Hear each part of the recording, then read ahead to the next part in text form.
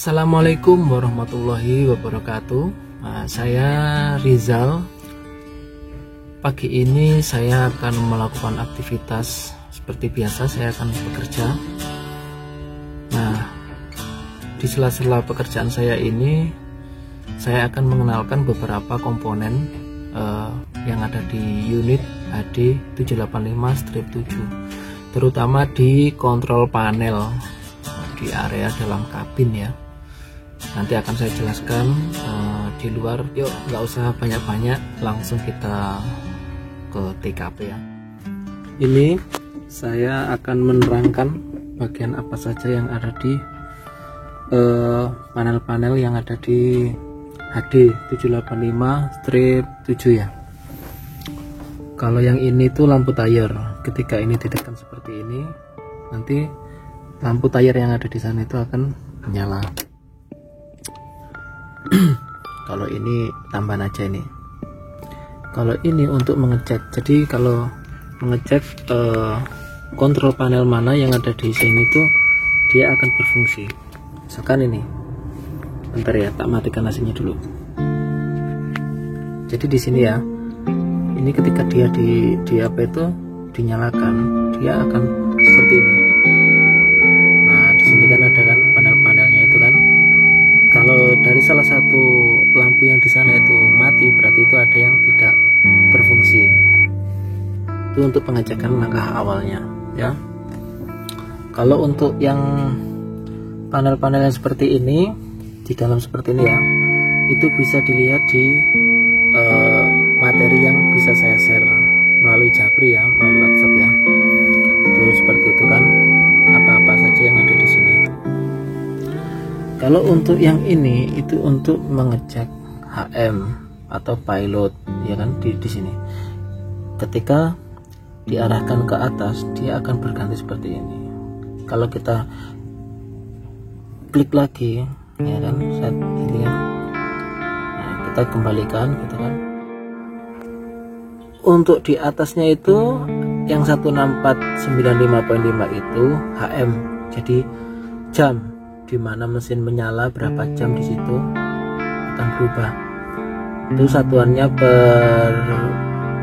per koma ya, 5,5. Nah, misalkan dia 0,1, dia hitungannya per 6 menit. Jadi misalkan dia sampai ke 10, dia nanti berubah ke 96.0. Misalkan ditambah 5 lagi berarti 96.0. Jadi hitungannya 0,1-nya itu 6 menit. Di situ nanti kan ada cuman sampai 10 ya di situ ya.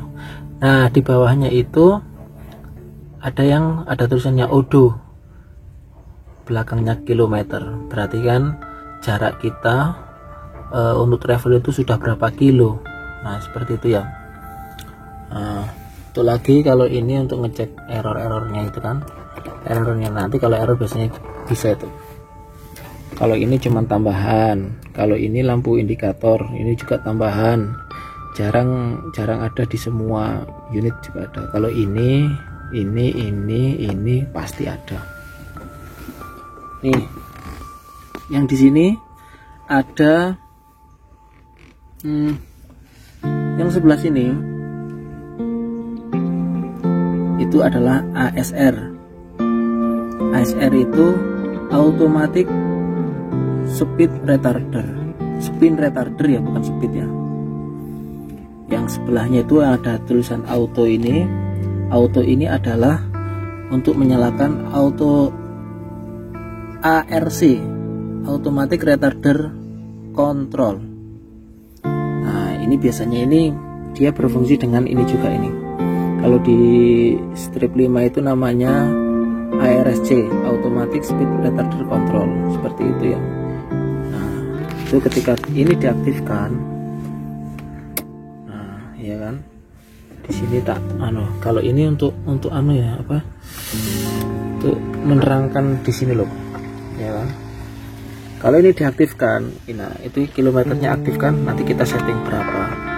Berhubung ininya dashboardnya ini terlalu gelap ya, nanti bisa dicek untuk di modulnya lah. Kalau yang nyala ini Kalau yang nyala ini itu namanya ice low. Ice low itu untuk apa itu? Menstabilkan RPM terendah. Dia itu cuman sampai 5 km per jam. Misalkan posisinya itu tidak di gas ya. RPM-nya tidak ditambah, dia langsung otomatis maksimal sampai 5 km per jam. Dia cuma bertahan di situ. Kalau misalkan tidak diaktifkan, dia itu ya RPM-nya biasanya sampai tinggi kan. Nah, untuk menghemat BBM, dia harus diaktifkan. Atau mungkin bisa digunakan untuk memarkir di tempat-tempat sempit seperti di workshop. Di situ kan lantainya licin kadang-kadang. Itu diaktifkan dengan memasukkan gigi, dia akan kita nggak usah injak pedal gas. Dia nanti akan menaikkan RPM sampai 5 km per jam. Tidak sampai 1000 biasanya. Kalau yang di bawah ini, di sini itu dia cuman audio aja ini, untuk FM, AUX seperti ini. Terus untuk ini ya, yang ini adalah power mode. Kita aktifkan ketika kita di situ ada dua pilihan. Jadi yang satu itu economy mode sama power mode. Jadi ketika kita muatan, kita harus mengaktifkan power mode, dimana kekuatan unit itu akan semakin bertenaga kalau kita posisi muatan. Kalau misalkan di jalan datar atau mungkin kita pas waktu kosongan kita menuju ke front loading, kita nggak usah mengaktifkan ini. Kita harus menggunakan economy mode. Nanti di panel situ nanti juga nyala. Nah, kalau yang di sini ini adalah lampu hazard. Jadi kalau kita aktifkan hazardnya itu dia akan nyala. Kalau ini untuk emergency steering. Nah, karena ini menggunakan sistem hidrolik, ketika kita mati, misalkan engine-nya mati, ini kan misalkan tayarnya ini masih lurus ini, pengen tayarnya pengen misalkan agak ke kanan atau mungkin agak ke kiri gitu kan, di sela-sela engine-nya mati kan tidak bisa dipindahkan, maksudnya tidak bisa diotak-atik untuk tayarnya kan, untuk emergency steering seperti ini. Nah, baru bisa difungsikan. Ini tidak boleh lebih dari 90 detik ini. Jadi teman-teman itu tidak boleh terlalu lama. 90 detik itu berarti 1 menit lebih ya. Karena ini menggunakan baterai, jadi dia menggunakan baterai. Kalau lebih dari 90 detik nanti baterainya akan kobong, terbakar.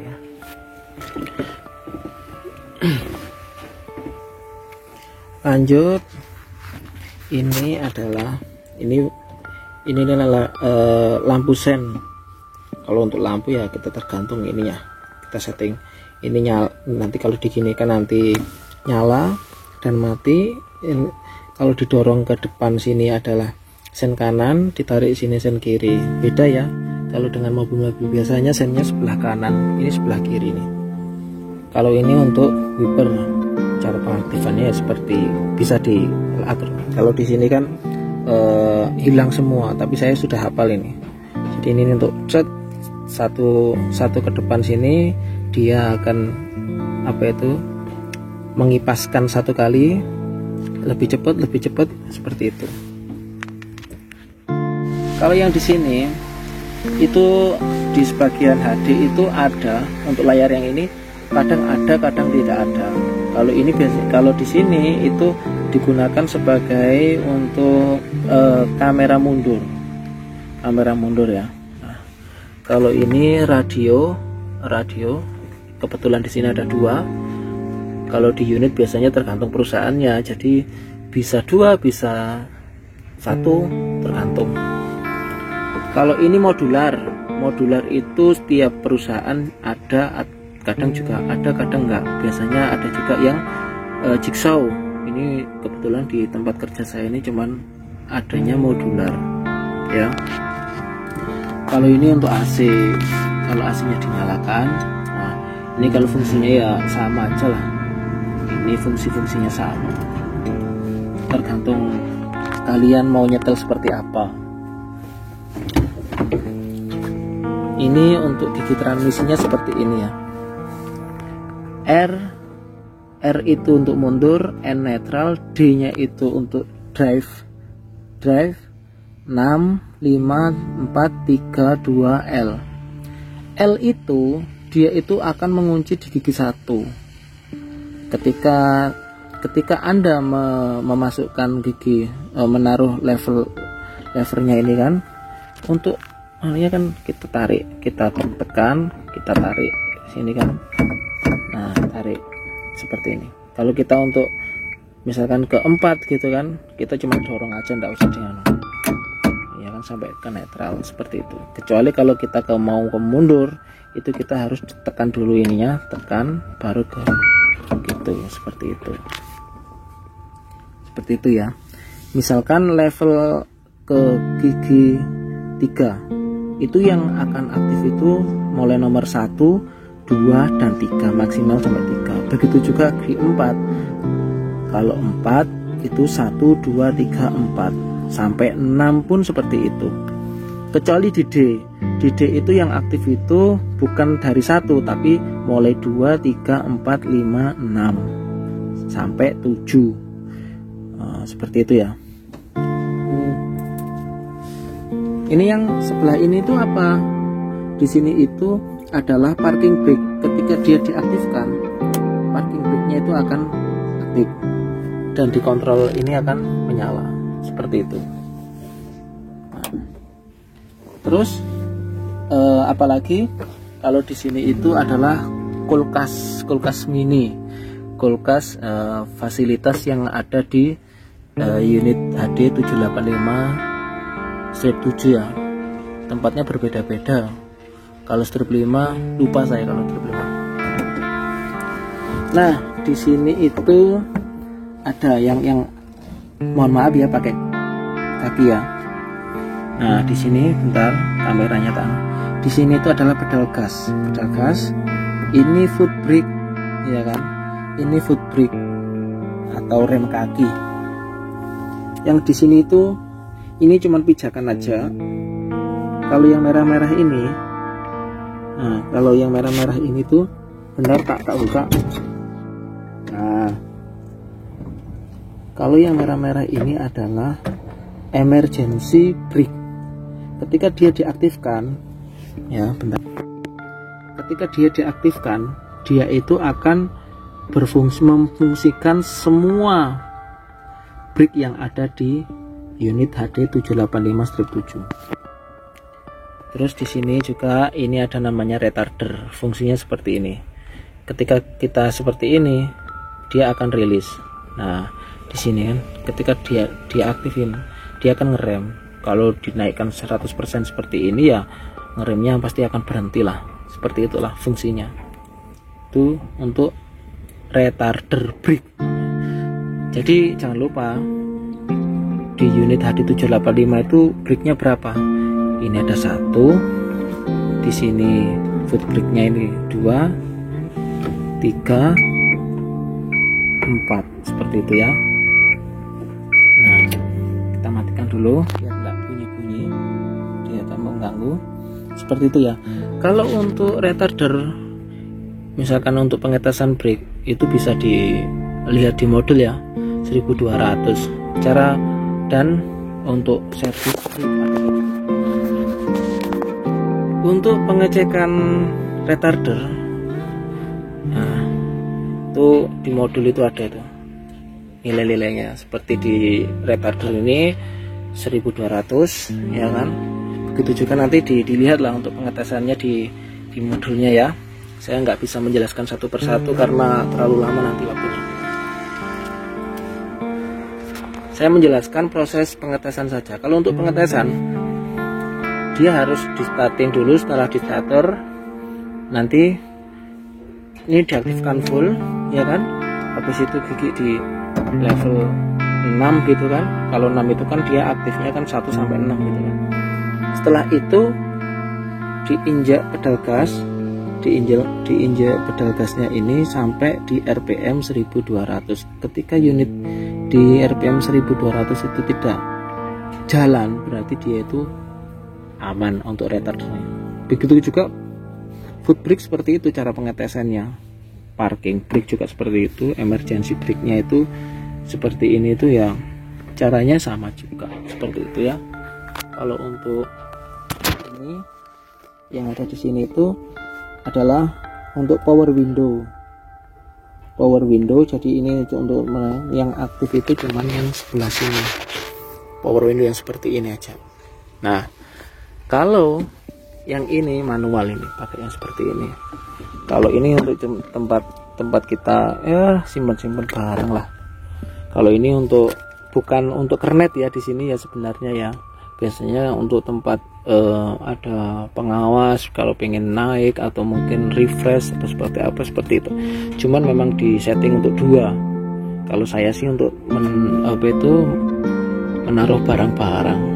Ini jok kemudi, kalau jok kemudi banyak yang tahu. Terus fungsinya ini juga, ini lampu kabin. Yang lainnya mungkin, nah di sana itu ada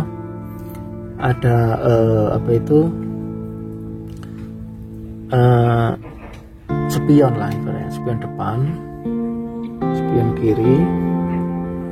Di sana juga itu ada spion depannya kecil itu. Nah, spion kanannya itu ada 2, ya kan, seperti itu. Terus kalau untuk yang komponen-komponen yang di atas itu nanti akan saya bagikan di video saya yang berikutnya, seperti itu ya teman-teman ya. Terima kasih telah mengikuti kami ya. Berikut ini saya akan menjelaskan acuan untuk mengemudi ya, karena ini adalah menggunakan posisi kabin sebelah kiri. Untuk posisi drivernya itu sebelah kiri. Jadi kalau untuk lurusnya tayar kita itu sebenarnya acuannya cuma dari sini. Ini cuma tayar kiri. Misalkan acuan kita untuk mengemudi ya. Kalau di sini segini itu kita tayar kirinya ya kita ini yang kita dudukin ini seperti ini kan, di atas kabin kan. Untuk batas biasanya kita cuma segini aja, ya kan. Biasanya seginilah kita amannya, kasihlah jarak seperti ini ya.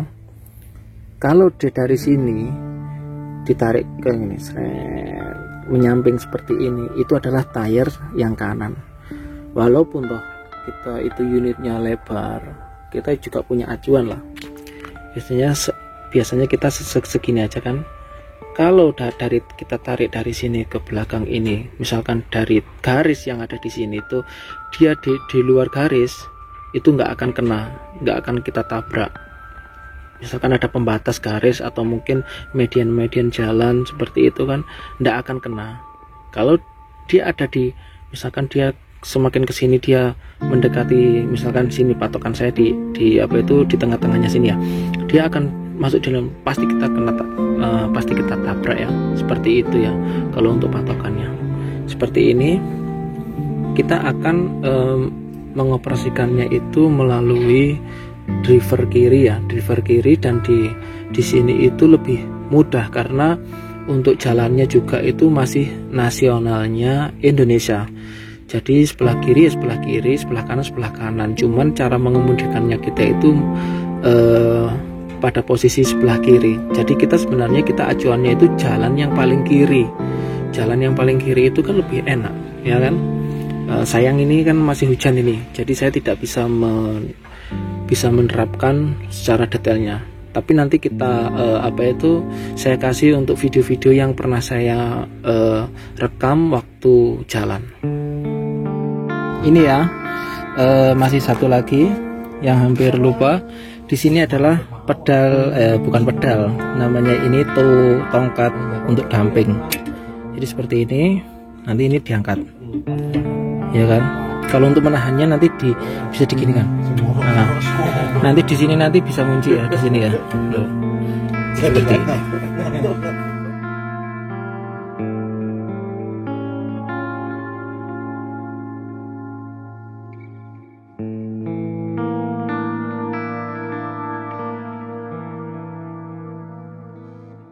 wabarakatuh.